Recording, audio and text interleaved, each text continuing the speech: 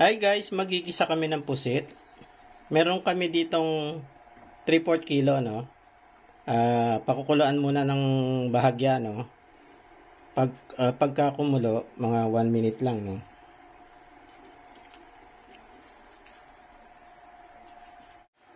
Okay, 1 minute lang, no?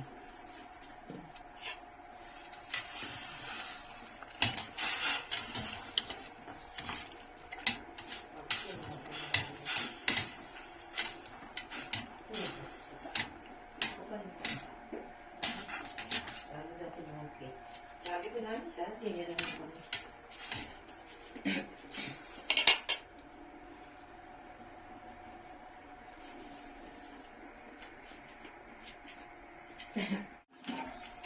Okay, haluin na natin, no? Hanguin na natin pa pala. Yun. Para hindi tumigas, no? Mga 1 minute lang na sa pakulo. Okay. Salang kawali. Magigisa na tayo ng sibuyas tsaka bawang, no? Nilagyan ng konting mantika. Minced garlic. Ano yan? 1 head, no? O yung isang buong bawang yan, no? Pinrocessor ko lang siya. Para durog na durog, no?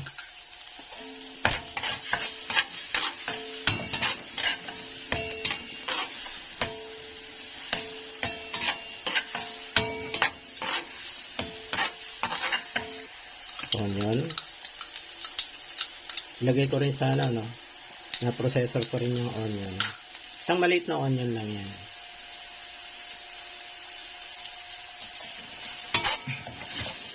Try natin maging aromatic.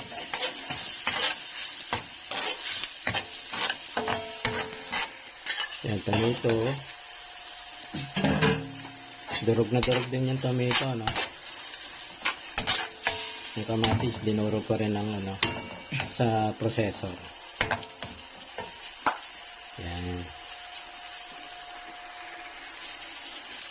Lagyan natin ng konting paminta. Yun lang, nabibili lang yun sa tindahan. Yung maliit na plastic sachet lang. Oyster sauce.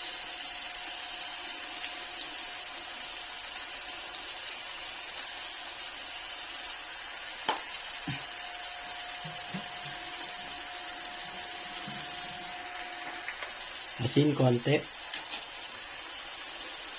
Mga half a teaspoon lang, no? Yan, para hindi umalat. Halo.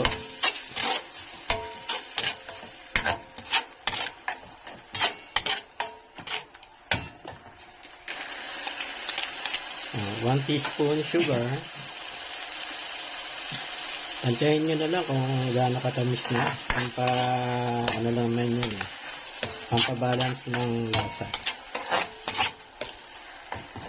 Yan na. Pusit na, no? Dali lang siya gawin, ano?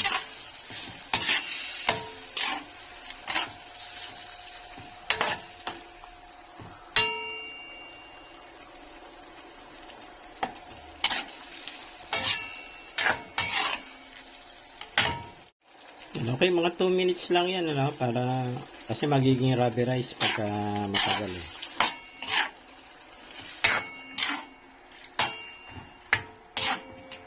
Okay. Patay na. Luto na, guys. Yung aming ginisang pusit. Lunch time.